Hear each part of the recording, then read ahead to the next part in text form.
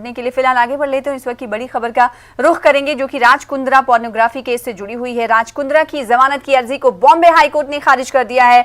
Ryan थोरपे की अर्जी भी खारिज कर दी गई है। दोनों अपनी गिरफ्तारी को गैर कानूनी बताते हुए राहत की अपील इन्होंने की थी। तो इस वक्त की बड़ी खबर राज कुंद्रा पोर्नोग्राफी केस के हवाले से राज कुंद्रा की जमानत की अर्जी को बॉम्बे हाई कोर्ट ने खारिज किया है। सिर्फ राज कुंद्रा ही नहीं बल्कि रेयान थोरपे की अर्जी भी खारिज कर दी गई है। दोनों ने अपनी गिरफ्तारी को गैर कानूनी बताते हुए राहत की अपील की थी कि उन्हें राहत फराहम किया जाए।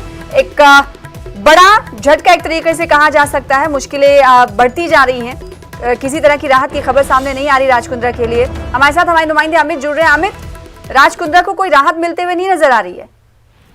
देखिए, निश्चित तौर पे राज कुंद्रा की याचिका पर हाईकोर्ट ने फैसला सुनाया है और पोर्नोग्राफी मामले में राज की याचिका खारिज कर दी हाईकोर्ट ने।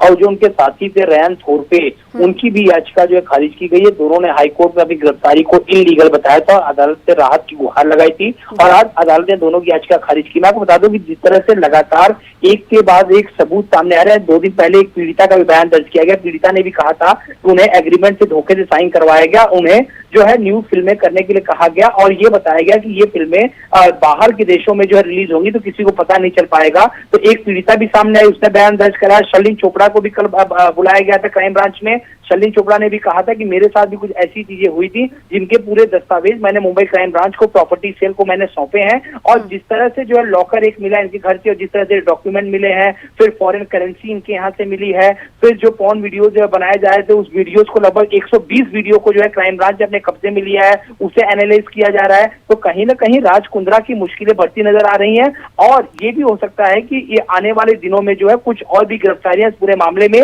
देखने को मिल सकती हैं।